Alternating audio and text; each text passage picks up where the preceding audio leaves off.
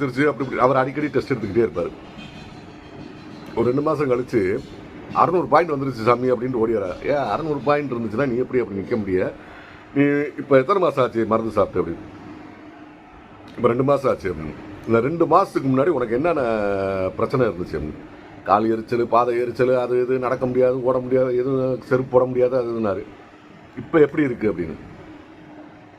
இப்போ இது எதுவுமே இல்லை சாமி, நல்லா நடக்கிறேன் வைக்கிறேன், நல்லா நிம்மதியாக தூங்குறேன், நல்லா சாப்பிட்றேன் வைக்கிறேன், தூங்குறேன், நல்லா மோசன் போகுது வைக்கிறது, எல்லாமே வந்து நல்லா இருக்குது, நல்லா நடக்கிறேன், இந்த குத்தல் எரிச்சல் எதுவுமே இல்லை அப்படின்னாரு. அப்புறம் என்ன அந்த எதுவுமே இல்லையே, வியாதியே இல்லையே, இப்போ முடிஞ்சு போச்சே, அப்புறம் இதுக்கு போய் இப்போ நீ மாற்றி மாற்றி டெஸ்ட் எடுத்துக்கிட்டே இருக்க அப்படின்னு.